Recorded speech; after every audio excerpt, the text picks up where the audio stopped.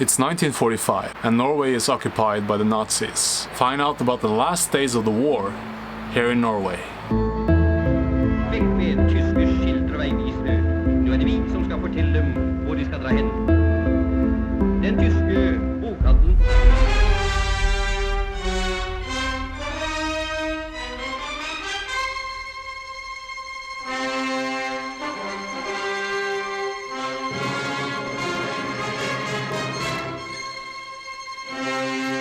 Most of Norway was occupied in the April days of 1940, when the German Wehrmacht executed the Operation Razzia. The invasion came as a shock to the Allies.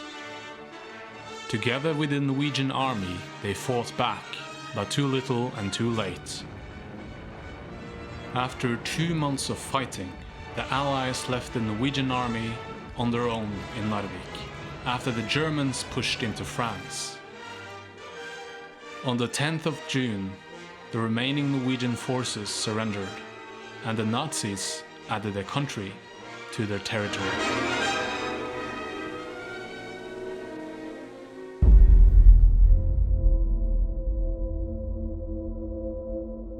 The ensuing 5 years of occupation would be a dark period for Norway.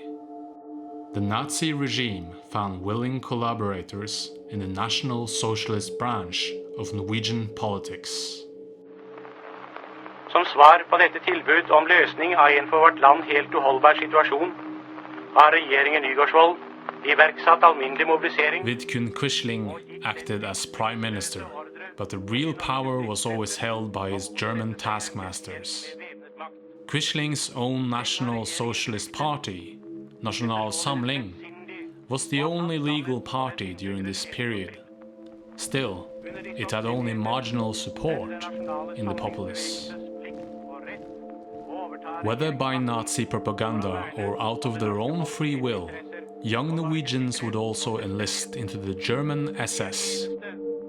These were formed into military battalions, some who would end up fighting on the Eastern Front, referred to as frontkjempere or front fighters. In general, though, the Nazification of Norway was not successful. Civilian disobedience and resistance remained widespread.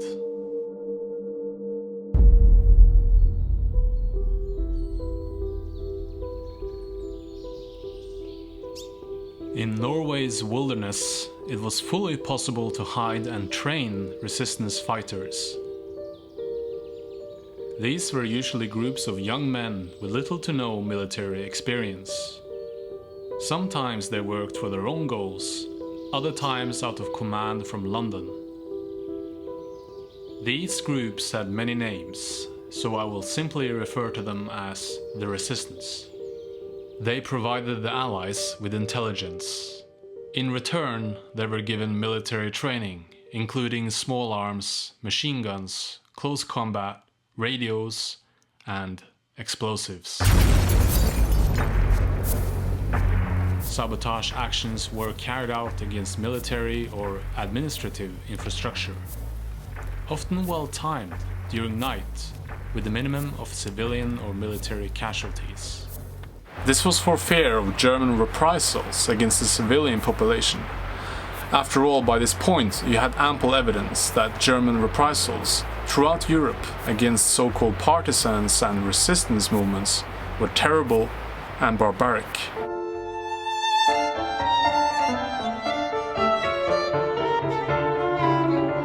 In the peaceful village of Eggedal, things seemed quiet during the war. Generally, the people, mostly farmers, were left alone. But many young men on the farms sought to help the resistance and undergo training. They received equipment from Britain, large metal containers full of military hardware, airdropped during the night. As Nazis were aware of these airdrops, they had to be organized far outside of civilization. Discovery by the authorities would lead to imprisonment or execution. Dette London. Denne sendingen går på langbølgen 1500 meter, på en bølge i 19 meter bånd. Broadcasts from London, listened to in secret, kept their fighting spirit alive. Amerikanerne trenger hurtig inn i trekanten mellom Rhin, Moselle og Saar. As the war dragged on, news of the collapse of the Third Reich only bolstered their cause and confidence. Soon, everyone agreed the war would end. Now, this is where things get a bit more personal and where it becomes about the actual place where I am right now, my family cabin. It turns out this cabin was built during the war by a member of the resistance, and whose son came up here to tell me his story about his father during the war.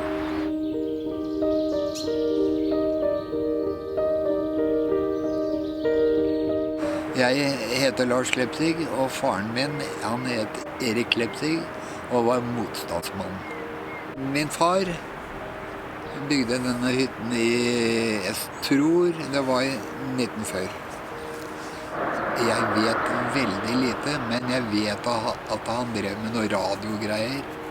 Han pratet ikke om det, og mor pratet heller ikke noe om det. Part of the reason for making this cabin was escaping the Nazi authorities. This became a phenomenon across Norway with the construction of these wartime cabins. Han ble tatt av tyskerne 43 og kom til Tyskland, og da overtok min mor hytten, men hun byttet denne hytten her med en annen hytte fordi at hun trodde at tyskerne ville ta hytten.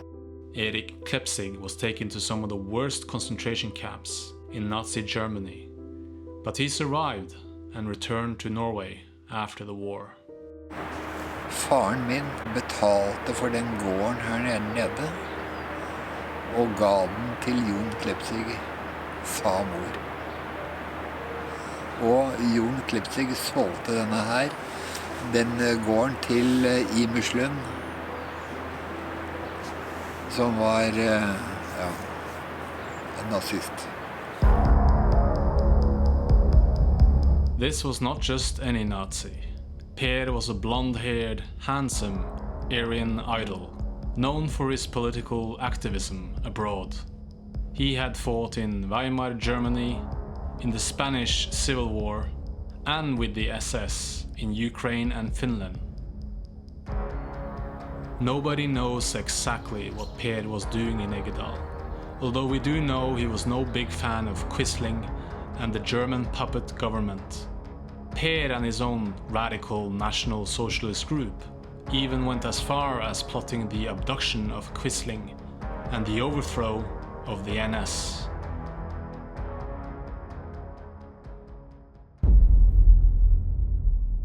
By 1945, Per had died of the wounds received on the Eastern Front, and the Third Reich was collapsing. But Norway was still under occupation, and the usually quiet Eggedal would suddenly be turned upside down. Acting on a tip over recent Allied air activity, a German force moved into the village on the 24th of April. They searched and raided the farms and found men carrying British ammunition.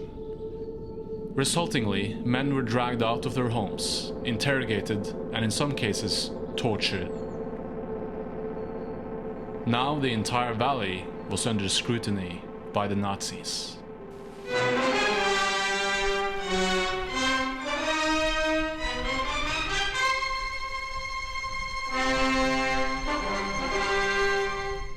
Which brings me to the center of this story. On the 26th of April, after the raid, the German troops moved north and west along this lake, Haglebuvannet, until they finally encountered the resistance. The German force had gotten enough information out of the raid to realize that the resistance was alive and present right here in this area. Well, they found the resistance, but they were not the kind of guys they were expecting. These troops were well led and trained, and most of all, they were ready for a fight. The fighting was chaotic on both sides of the lake. Still, the Germans managed to push on and take a hill under fire from the Resistance's machine guns and M1 carbines.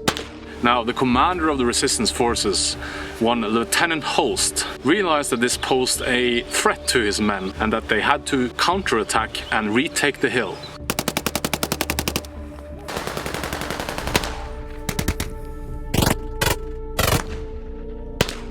The firefight took 4 to 5 hours. In the end, the Germans were routed, but the victorious resistance followed strict military procedure and did not pursue, instead making a controlled retreat across the mountains. 7 resistance fighters had fallen, and an unverified number of enemy soldiers had been killed. And so the battle, or rather the skirmish of Haglebuvannet, was over. But what were the actual consequences of this skirmish, and how was it viewed after the war?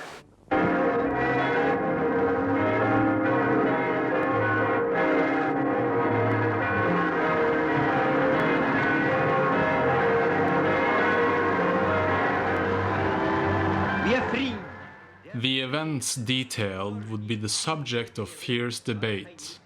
It seemed difficult to agree on certain details. While some historians viewed the skirmish as entirely unnecessary, contemporary accounts seem to justify it. Many of the enemy combatants in the battle were actually Norwegians who had joined the Nazi cause.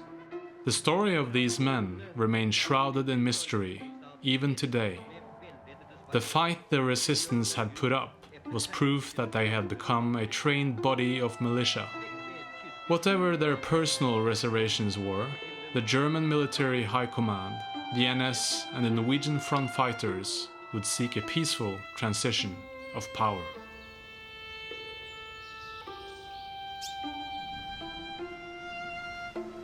I will leave you with the words of Crown Prince Olav in 1945. The battles fought in Eggedal in April proves these men were no random group of bandits. The resistance was willing to, like good soldiers, obey orders and give up the battle.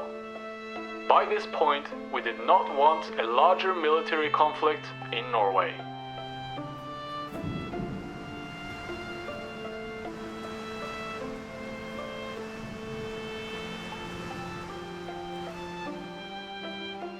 Well, that about sums it up. As you might understand, this is a difficult subject to cover in one short video, and as with many parts of our history, there are many things that are left unsaid. If you did enjoy the video, please do not forget to like and subscribe, share this with your friends, and until next time, adieu.